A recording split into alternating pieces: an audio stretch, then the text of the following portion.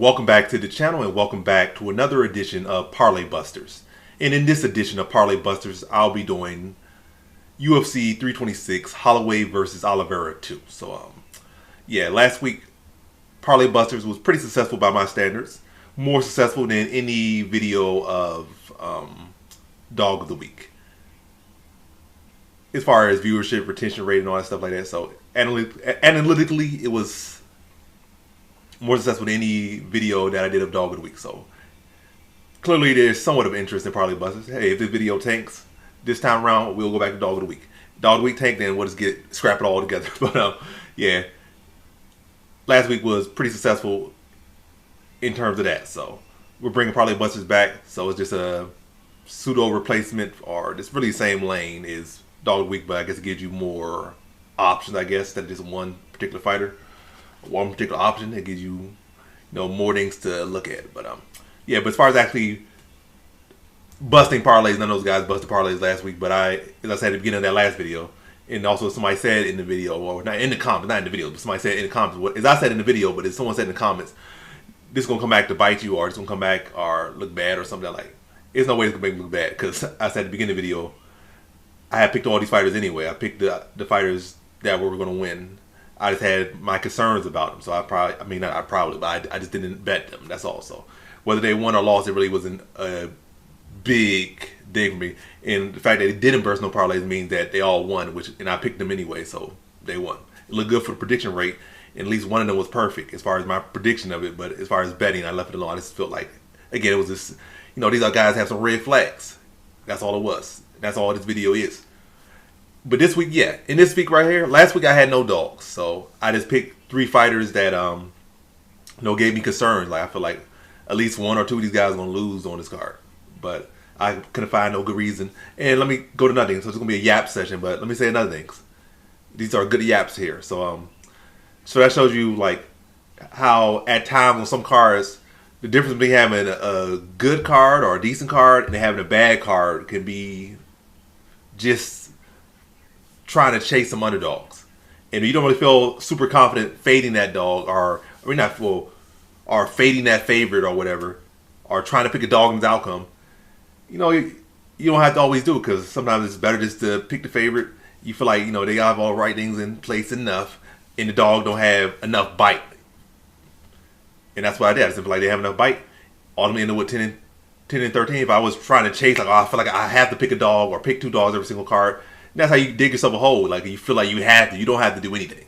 If the dog's calling out to you, go for it. Sometimes even then they'll still won't bite. A lot of times they still won't bite.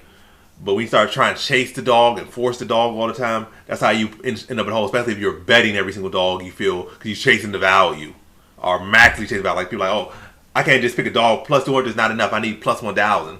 I got to chase second round submissions, third round submission, like all stuff. And again, that's how you end up in a hole. Like, you just get greedy, you get thirsty. So, and you can see, like, me just playing this a little bit safer that card, end up with a better card. It is what it is. Went 10 and 3, cool. Nothing special.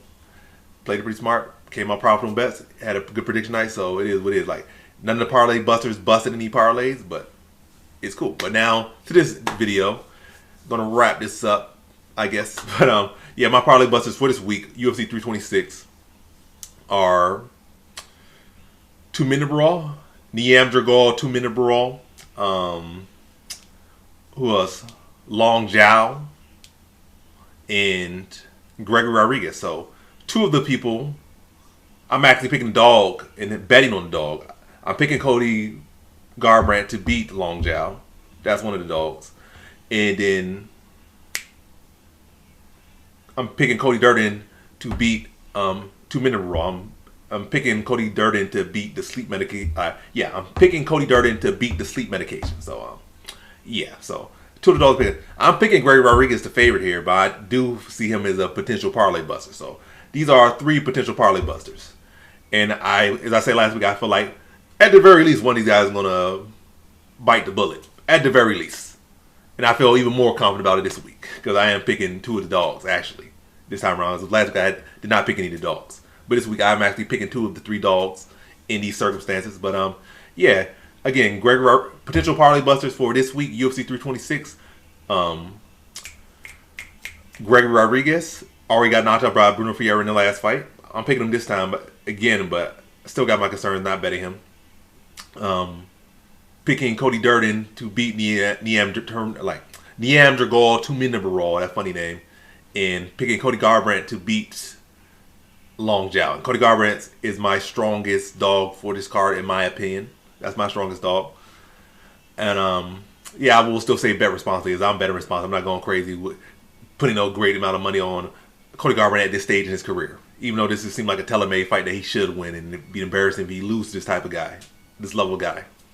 But so the dogs, not the dogs, but the busters of this week, in my opinion, and I feel for sure, high confident that at least one of these dogs, at least one of these favorites is going to ruin someone's parlay. At least one of these guys is going to ruin somebody's parlay. At the very least, I feel high confident that one of these guys is going to ruin parlay. So say it again, run it through. Not Bruno Ferreira, but Gregory Rodriguez, the middleweight. Niam Dragal, 2 minute brawl. Sound like I'm putting a spell on you. And Long Zhao. So those three, at least one of these guys is going to ruin someone's parlay, or a lot of people's parlay. But in my opinion, if this is in a lot of people's parlay, or any of these guys are in a lot of people's parlay, I don't know what you're saying, to be honest. To be putting any of these guys in your parlay and feeling like great confidence in them, to be honest. Again, they may win, but these are not guys you should feel great confidence in. Like Gregory Rodriguez in this type of matchup against a guy he already got knocked out before. It's not like Gregory Rodriguez really ever improves his head movement. Like it's kind of like moves a little bit, but his head don't move very far. It'd be like most times it's here, and then sometimes it's not very much movement. So the biggest movement his head makes is when somebody else moves it for him. So yeah, and going against a guy that already knocked him out, and it's not like he's catching Bruno Ferreira on a downtrend. They're both kind of rebounding from losses and now like back on winning streak, so they're kind of in similar positions. It's not like, oh, this guy's in a better position than you are and this and that. It's not the case. So yeah, I think Rodriguez is the better fighter. He should win, but MMA and fighting and sports a lot of times not about the more technical, better guy winning all the time. This guy, like, if you're not gonna have defense, you're gonna be made to pay for it, or can be made to pay for it, and he's susceptible for that. So yeah, Greg Rodriguez is definitely a potential parlay buster. Long Zhao has really no advantage over Cody Garbrandt except that he's younger and doesn't have as much mileage, but he don't have the knockout power to really put Garbrandt away or get the respect of Garbrandt, in my opinion. Yeah, Garbrandt's just a way better fighter overall.